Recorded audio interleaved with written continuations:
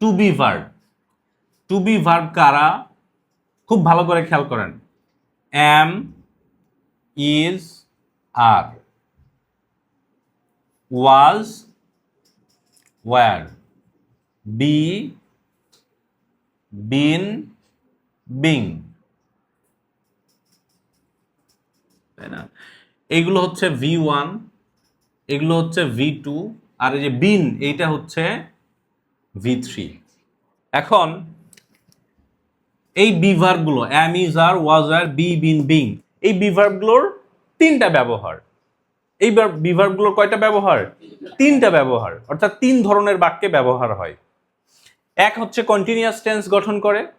Continuous tense যখন গঠন করে তখন বি ভার্বের পরে অবশ্যই একটা মেন ভার্বকে আসতে হলে আইএনজি নিয়ে আসতে হবে, এটা একটা কথা। দুই, এগুলো প্যাসিভ বাক্য গঠন করে, আর প্যাসিভ বাক্য গঠনকালে এগুলোর পরে যদি কোনো মেন ভার্ব আসতেছে 100% তাকে V3 রূপে আসতে হবে। তাহলে কন্টিনিউয়াস টেন্স গঠন করে তখন মেন ভার্বকে কি নিয়ে আসতে হয়? আইএনজি নিয়ে আসতে হয় মেন ভার্বকে।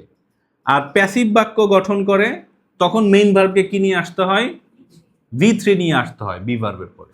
তাহলে কন্টিনিউয়াসের উদাহরণ হচ্ছে দে আর গোয়িং, তারা যাচ্ছে, উই আর কামিং, আমরা আসছি, ইট ইজ হ্যাপেনিং, এটা হচ্ছে। আর প্যাসিভের বাক্য কি? রাইস ইজ কুকড, তাই না? এরপরে হচ্ছে কি কলম is bought, pen is bought, right? এই যে কলম কেনা হয়, ওই যে আমি উদাহরণ দিয়েছিলাম যে কন্টিনিউয়াস হচ্ছে cows are eating, cows are eating continuous, কিন্তু প্যাসিভ কি হবে? কাউজ আর ইটেন হবে, হয়ে যাবে। কাউজ আর ইটিং মানে কি? গরুরা নিজেরাই খাচ্ছে, আর কাউজ আর ইটেন গরুদেরকে খাওয়া হয়, ঠিক আছে? আর cows are good, cows are good, cows are very healthy, তাহলে গরুরা হয় স্বাস্থ্যবান বা স্বাস্থ্যবতী টাইপের কিছু, ঠিক আছে? তাহলে এই হচ্ছে স্টেট অফ বিং। এই হচ্ছে বি ভার্বের তিন ধরনের ব্যবহার, যেখানে এই state of being a be verb main verb হিসেবে ভূমিকা পালন করে। State of being a be verb কি থাকে? বি ভার্বই main verb state of being a. যেমন আচ্ছা,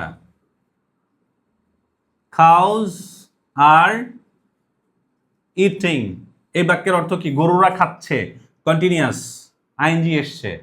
প্যাসিভ, কাউজ আর ইটেন, গরুদেরকে খাওয়া হয়, প্যাসিভ বাক্য, V3 হইছে।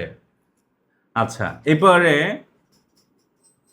কাউজ আর সে ব্ল্যাক, গরুরা হয় কালো, এখানে হচ্ছে কি বি ভার্ব হচ্ছে নিজেই মেইন ভার্ব এই বাক্যে। কথা কি বোঝাতে পারছি? এবং এটা একটা অবস্থা রিলেটেড বাক্য। এই বাক্যটা দ্বারা কোনো কিছুর অবস্থা প্রকাশ পাচ্ছে। গরুদের গায়ের কালারের অবস্থা কি? কালো।